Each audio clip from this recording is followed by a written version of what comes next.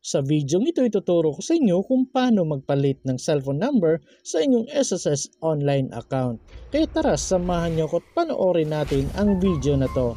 Pero bago yan, sa mga hindi pa nakasubscribe sa akin, kayo na ang bahala. So unang gagawin natin, punta lang tayo sa mga search engine na ginagamit natin, kagaya sa akin Google Chrome, at pagkatapos i-type lang natin ang sss.gov.ph. At may makikita po tayong ganito, so i-click lang po natin itong create a my.sss account or login. So ito pong my square. At dito hanapin at i-click lang natin itong member login. At pagkatapos mapupunta na tayo dito sa paglalagay ng user ID at password. And by the way guys, sa mga wala pang user ID at password at gustong magkaroon nito para ma-update yung SSS account nila online, may video na po akong ginawa dyan, lalagay ko na lang po yung link sa description box. So kung nakalagay na kayo ng user ID at password guys, i-click nyo na lang po itong sign in. And then mapupunta na tayo dito sa one-time PIN. So kung nakikita ninyo, may time-based one-time password na yun sa akin guys. By the way, kung hindi pa kayo nakagawa ng time-based one-time password at gusto nyong gumawa, may video na po akong ginawa kung paano maglagay ng time-based one-time password. So sa ngayon, ito yung gagamitin ko kasi mas madali lang makakuha ng OTP dito. So click natin tong get PIN dito sa time-based one-time password. At pagkatapos mapupunta na kayo dito sa paglalagay ng code. So ilagay nyo na lang po yung time-based one-time password na nakita ninyo and then i-click nyo na po ang login. At mapupunta na po kayo dito sa inyong SSS online account. At dito may makikita kayong data privacy notice. So scroll down nyo na lang po yan hanggang sa makita ninyo dito sa baba na may nakalagay na I agree. So i-click nyo na lang po ito. And then mapupunta na tayo dito sa homepage ng ating SSS online account. At dahil sa gusto nating magpalit ng ating cellphone number o gusto nating ipa-update yung cellphone number na nakaregister sa ating SSS online account, so i-click lang natin tong profile natin, itong may picture dito sa taas. At pagkatapos may makikita tayong ganito. So dito hanapin at i-click lang natin itong my details. Ito pong my square. So dito makikita nyo po yung details ng inyong SSS account. So makikita nyo yung SSS number status, membership status, date of SSS number issuance.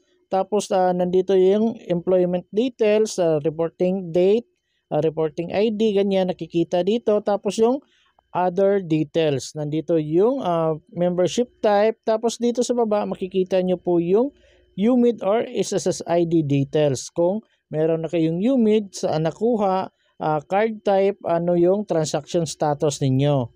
At nandito rin sa baba yung address, yung home address, mailing address. Tapos dito sa baba yung contact information. So nandito yung mobile number at email address.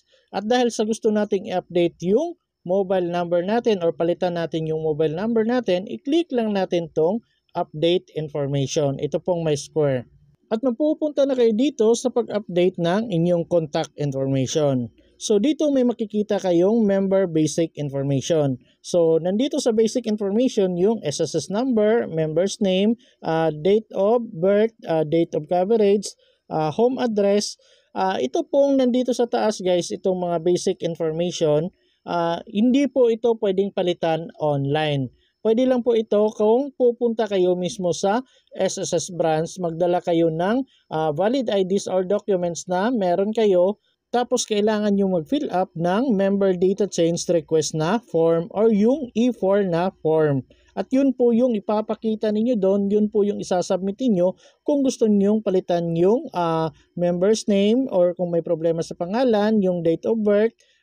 Tapos yung home address kung gusto nyo palitan yung home address niyo. So hindi po siya pwede online. Kailangan nyo talagang pumunta sa SSS branch. So dito sa baba guys, yung online correction may nakalagay naman po dyan. Ito lang ang pwede ninyong i-update online. So yung mailing address, na gawan ko na po ng video to. Tapos itong mobile number, email address, ito lang po yung mga pwede ninyong i-update or palitan through online. Pero yung mga basic information na nabanggit natin, hindi po pwede. So ito lang. So ngayon, kailangan nating i-update or palitan yung mobile number natin. So i-click natin tong box katabi ng mobile number. At pagkatapos may makikita po kayong ganito. Itong box na nandito sa baba, ilagay nyo po yung bagong cellphone number na ilalagay ninyo or ipapa-update ninyo. So make sure tama yung cellphone number na ilalagay ninyo guys. At kung okay na, i-click na natin itong next.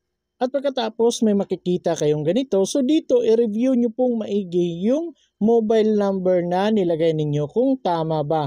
Para hindi po kayo magkakaproblema balang araw kapag napa-update ninyo tapos mali yung cellphone number na nilagay ninyo kasi hindi nyo po ma-open yung SSS online account ninyo. At kung okay naman lahat at na-review nyo na, i-click nyo na po ang submit. At pagkatapos may makikita kayong ganito. So may transaction number na nakalagay dito sa taas tapos yung date kung kailan kayo nag-update. So nakalagay dito na may marireceive daw kayong email. So antayin nyo po yung email na marireceive niyo kasi may i-click po kayong link doon. So yun na nga sa akin, wala pang 1 minuto or 2 minuto ganyan, may email na po akong na-receive na katulad nito.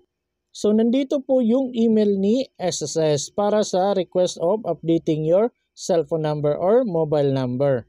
So kailangan nyo pong i-confirm yung pagpa-change ninyo ng mobile number guys kasi dapat na-click nyo to or na-confirm nyo within 3 days para hindi po makancel yung request for updating your mobile number.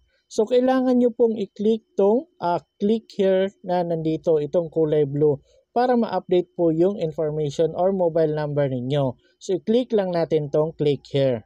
At mapupunta kayo ulit dito sa paglalagay ng time-based one-time password or yung pagre-receive ng OTP. So kung may OTP kayo, ilagay nyo na lang and click login. So mapupunta kayo kaagad dito sa inyong SSS online account. So may makikita kayong data privacy notice. So scroll down nyo na lang po yan. Pagkatapos i-click nyo yung I agree dito sa baba. At pagkatapos mapupunta na kayo dito sa update contact information. So may nakalagay dito sa baba, this is to confirm the following changes. So kung tama yung nilagay ninyo na cellphone number na gusto niyo pa-update, i-double check nyo po dito maigi. Kung tama yan, pwede nyo na pong i-click itong confirm. Pero kung sa tingin ninyo may mali or kung ayaw nyo nang ituloy yung pagpapa-update, pwede naman po, wag nyo na lang i-click ang confirm. Kasi kung hindi nyo i-click yung confirm, within 3 days, makakancel po yung request ninyo. So, ganito, kung gusto ninyong ituloy, i-click nyo ang confirm. Kung ayaw nyo at nagbago yung isip ninyo, wag nyo na pong i-click ang confirm at hayaan nyo na lang po mag-expire para hindi po mapalitan or ma-update yung cellphone number ninyo. Kung gusto nyo i-update, i-click agad yung confirm. At pagkatapos nyo maklik ang confirm, may ganito po kayong makikita. You have successfully confirmed.